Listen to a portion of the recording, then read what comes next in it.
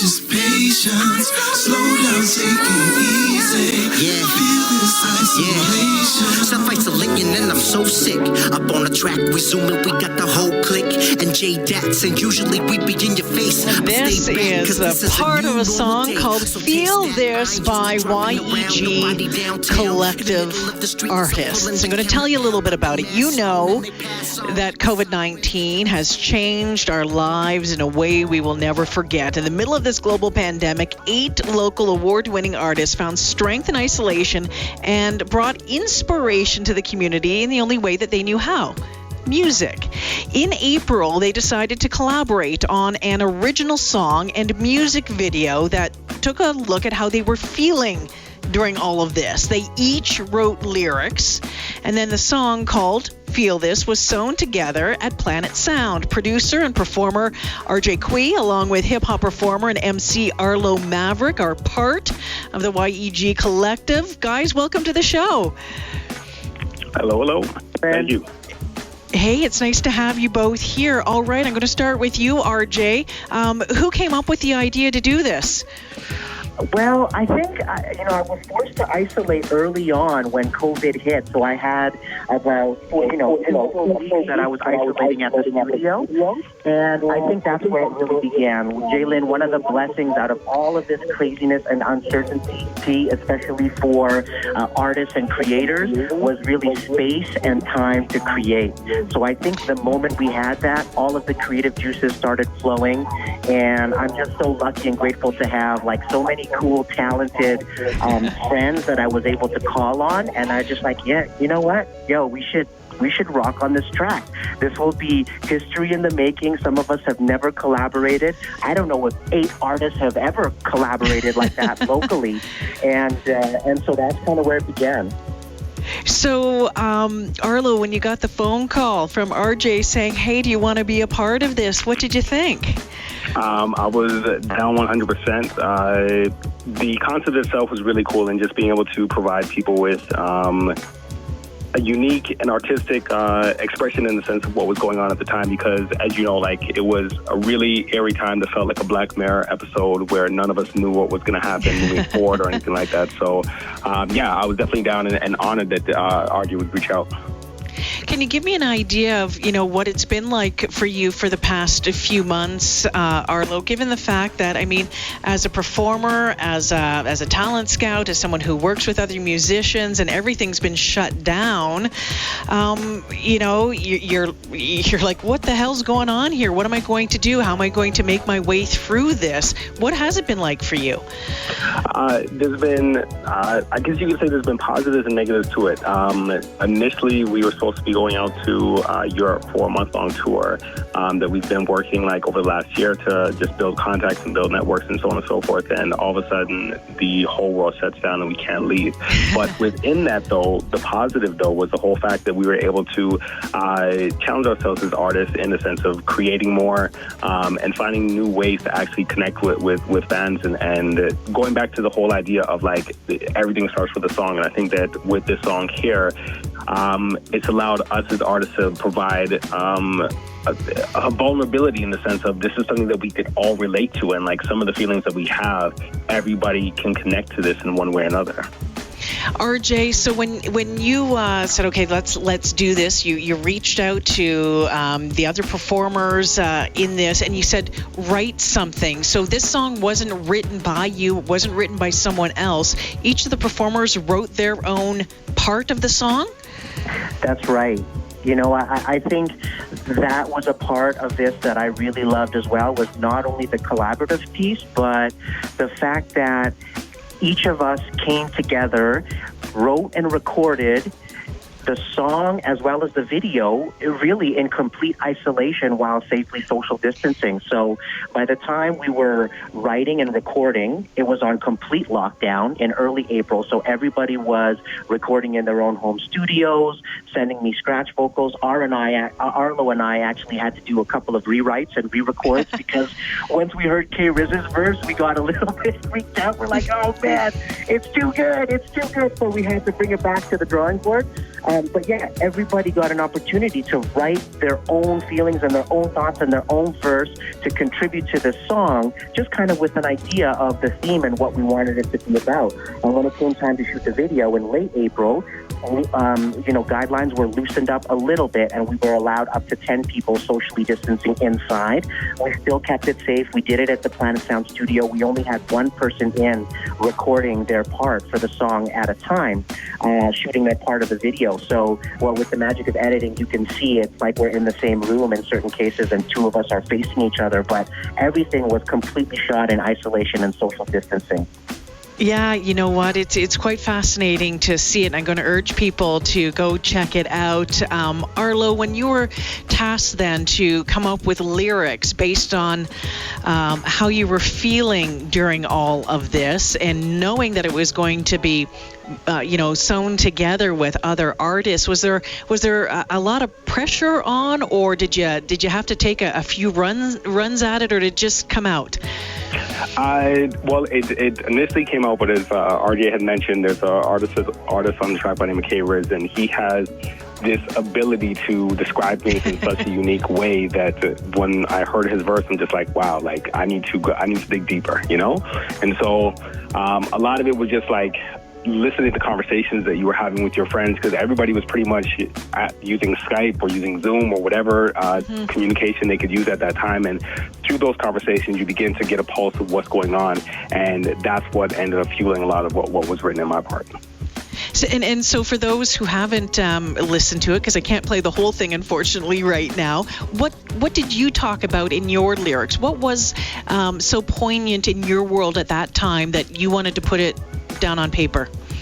For me, the biggest thing was just looking at how this year of 2020 was supposed to be this decade where all of a sudden we have all these dreams and have all these aspirations, but then all of a sudden it kind of allowed us to slow down and reevaluate what's important to us. And I think that the time that people were spending together as a family and people just like finding skills that they were able to hone as they were on lockdown, I think that was really important. And that's something that I try to tap into in the sense of describing that period, because moving forward, we're never going to have another time period like what we had, where people were able to say, hey, my kids are home and I'm going to be homeschooling them and we're going to spend as much time as possible, so on and so forth, because then you strip down to the simple things, the things that really matter, you know?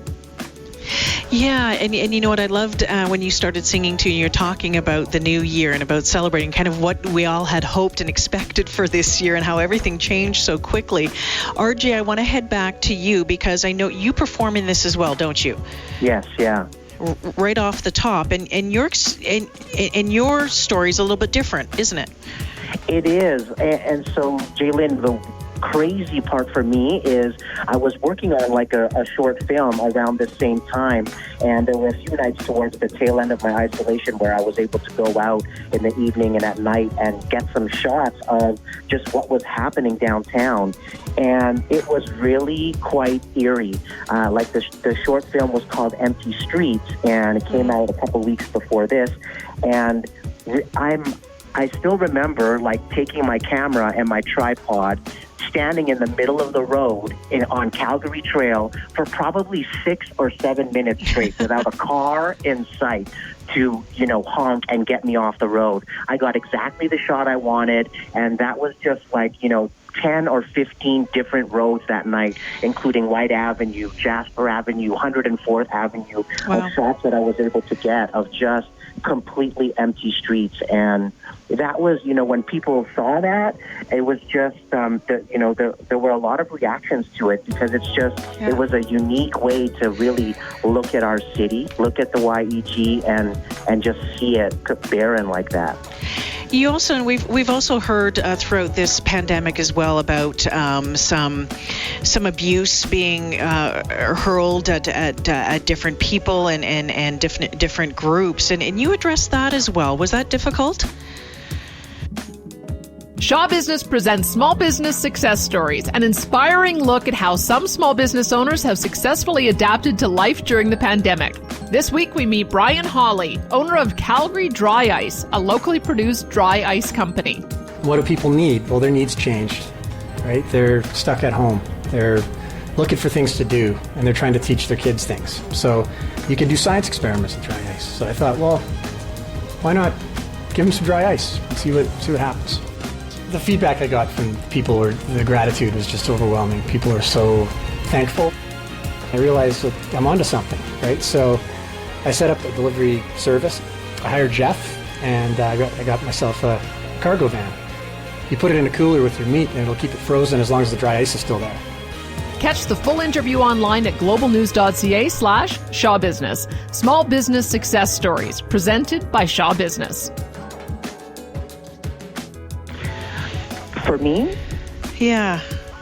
Yeah, I mean, absolutely. I don't really address that in this song, but I think the timing of it was incredible. Like to see, we were out at some of the rallies that happened at the Ledge, and just to see the power of this movement was incredible. You know, I was coming around the Ledge, and it sounded like a football stadium of people coming together, all races, all colors, all ages, and especially too, J'lyn, to see a really younger demographic being out there and standing up and showing their support.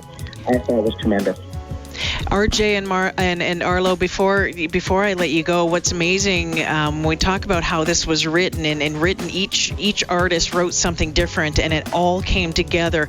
What's amazing to me is it sounds like y'all sat down and wrote this song together. I mean, it just flows so beautifully. When you finally heard it, start to finish, was that surprising to you? Was that, oh gosh, this is pretty, what was your reaction? It was, for me, it was, I love that part of it. I love that creative process. So you always have a vision and idea in your head, like even when I'm directing videos, that starts in a certain way, and then the creative process takes you another way. It doesn't always end up where you might expect. And I got to hear each of these verses come in pieces as the song built, and I slowly started to mix and put things together.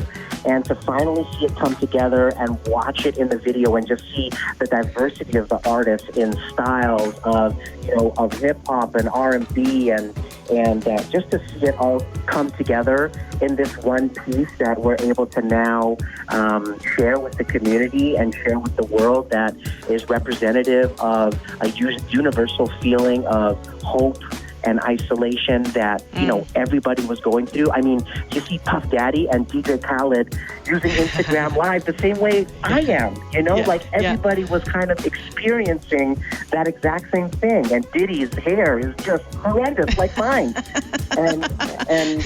So to see it really all come together with such amazing talent, and for me to have the honor of being part of that creative process and pushing buttons to help make that happen was awesome.